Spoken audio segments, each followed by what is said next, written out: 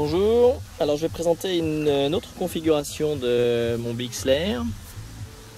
Alors c'est un vieux Bixler, accidenté 1000 fois, une aile coupée, l'empennage rafistolé ici.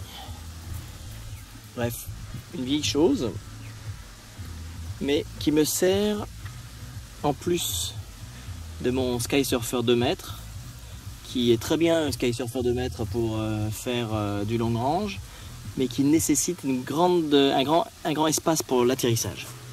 Donc comme j'aime bien voler à des endroits un petit peu bizarres, j'ai besoin d'un avion qui peut se poser un peu n'importe où. Celui-là on l'attrape à la main, il n'y a pas besoin d'un terrain.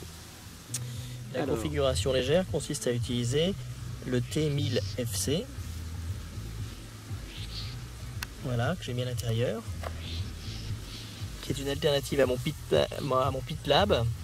Alors le PitLab, pour mémoire, il coûte 229 € et le T1000 FC il coûte une cinquantaine d'euros. Alors dans les deux cas c'est muni d'un GPS, d'accord. Ensuite j'ai un petit ESC standard, j'ai une batterie 1600 pour le moteur et une batterie dédiée à la vidéo qui relaye ma caméra Möbius. Et pour la vidéo, j'ai mis l'émetteur à l'extérieur. En vol, l'antenne est vers le bas et elle se replie automatiquement à l'atterrissage. Donc rien de très compliqué, pas d'antenne champignon, que du chip, et il n'y a pas d'OSD. C'est-à-dire que je reçois une image brute, pas d'altitude, pas de vitesse, pas de consommation de batterie. C'est plus léger, mais il y a moins de choses. Au niveau de la télécommande, j'ai toujours ma Turnigy 9X, derrière laquelle j'ai mon Dragon Link. Je continue à utiliser ce Dragon Link parce que mes autres télécommandes n'ont pas de système de fail-safe, et c'est quand même l'intérêt, c'est que j'ai un système avec un fail-safe qui ramène l'avion si je me perds. Donc configuration, j'allume la radio. Ensuite, je branche la batterie moteur. Voilà, je viens de brancher la batterie moteur. Voilà. La profondeur, ça marche. Les ailerons, ça fonctionne. Et bien sûr, la dérive fonctionne. Ok. Alors.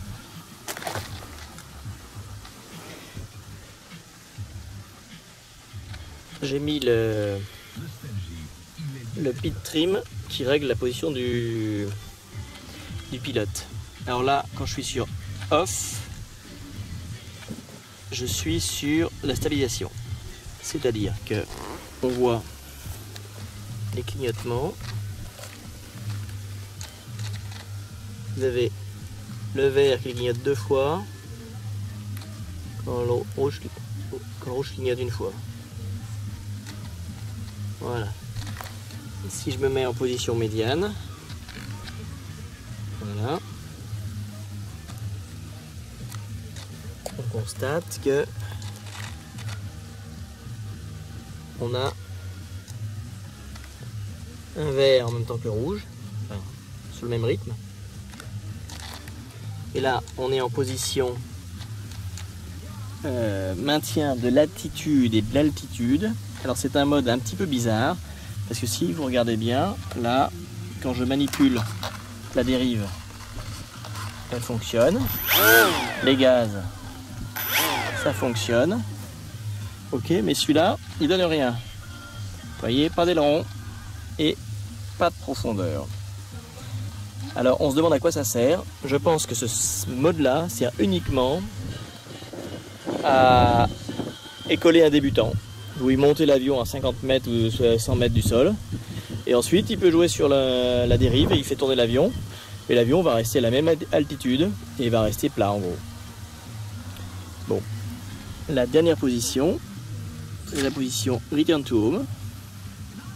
On est en mode GPS. Là on constate que dans cette position, et c'est ce qu'il faut mémoriser, c'est que dans cette position, Où est-ce qu'il est le voyant? Et puis voilà, le voyant dans cette position. Le voyant est fixe. Ça c'est la position Return to Home que j'ai programmé en fail-safe aussi. Ok. Alors évidemment, Return to Home c'est bien beau, mais où est-ce qu'est la maison? Alors, il faut paramétrer le lieu de décollage. Alors la notice demande d'attendre 5 minutes. Après ça, il y a un petit orifice là, ce qui est marqué 7. J'introduis une pointe. Il y a un tournevis qui est vendu avec, que j'ai égaré. Voilà, je l'introduis. J'appuie un peu dessus, je sens, je refais. Le voyant rouge clignote. J'appuie quelques secondes. Hop, le voyant rouge ne clignote plus.